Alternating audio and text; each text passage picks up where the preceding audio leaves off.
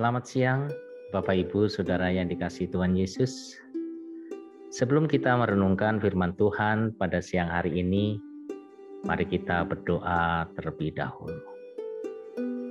Tuhan yang bertata di dalam kerajaan surga, Tuhan yang kami kenal di dalam nama Tuhan Yesus Kristus.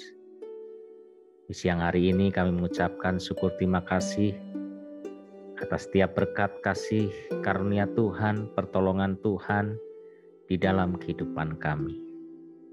Dan pada siang hari ini ya Tuhan, kami mengususkan waktu untuk berjumpa dengan Engkau ya Tuhan, mendengarkan sabda-Mu dan merenungkannya.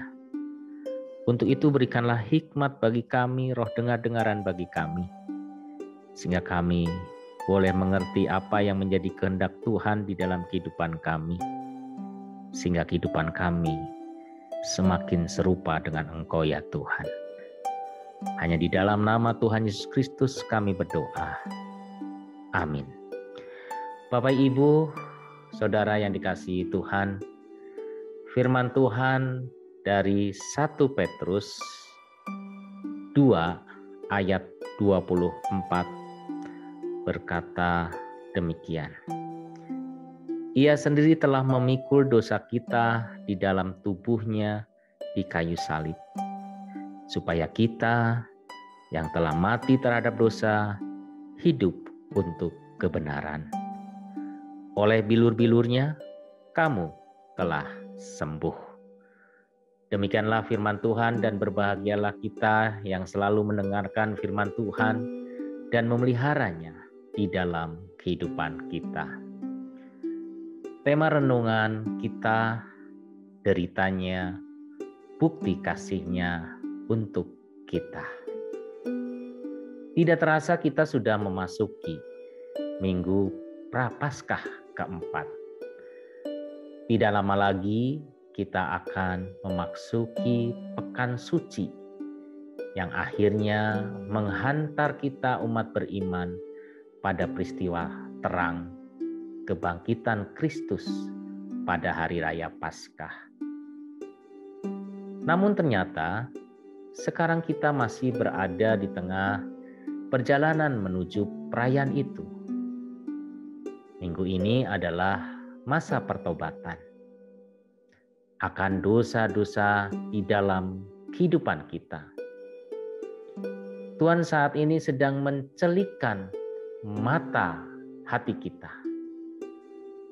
Mari kita mengintrospeksi diri kita. Apakah perkataan kita menyakiti orang lain? Apakah pemikiran kita negatif terhadap orang lain? Apakah perbuatan-perbuatan kita sudah menjadi berkat dimanapun kita berada? Tentunya kita menyadari banyak kesalahan-kesalahan atau dosa, dan seharusnya kita menerima upahnya. Upah dosa adalah maut. Kita harusnya menerima beban itu sendiri.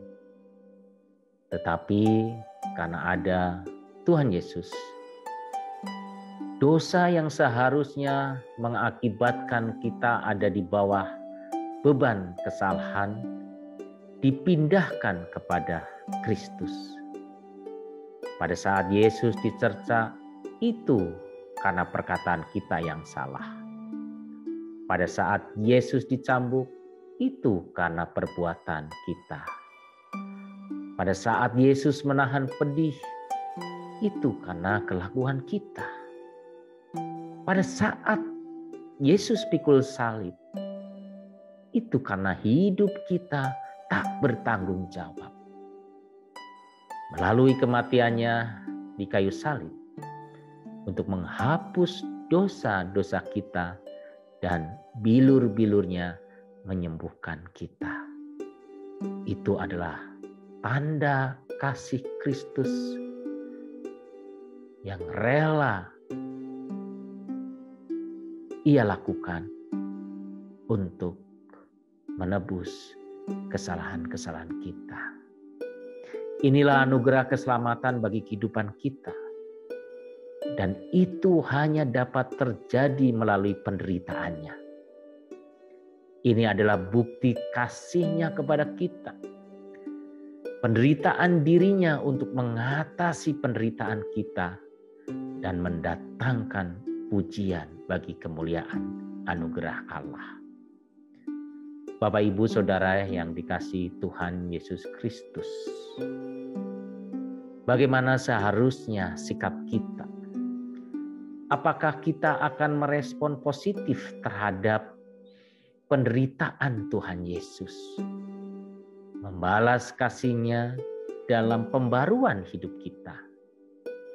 Kita pun mau menanggung beban pelayanan di gereja dan di masyarakat. Bukankah kita semua yang percaya kepada Kristus benar-benar sudah menjadi kaya di dalam Dia? Dan tentunya punya begitu banyak kekuatan untuk mengasihi sesama. Jangan sia-siakan hidup kita. Nikmatilah kekayaan spiritual yang kita miliki di dalam Kristus. Dan lakukan apapun resikonya untuk menyebarkan kekayaan spiritual kita kepada dunia yang penuh ketidakpastian ini. Bapak, Ibu, Saudara yang dikasihi Tuhan Yesus, dalam penderitaan dan kematian-Nya, kita telah melihat kemuliaan-Nya, yaitu kemuliaan yang diberikan kepadanya sebagai anak tunggal Bapa, penuh kasih karunia dan kebenaran. Kita sudah cukup banyak melihat untuk memahami pekerjaan-Nya dalam kehidupan kita. Dia mati untuk melindungi dan memberikan yang terbaik buat kita, keselamatan hidup. Itulah kasih Kristus. Amin. Tuhan Yesus memberkati kita semua.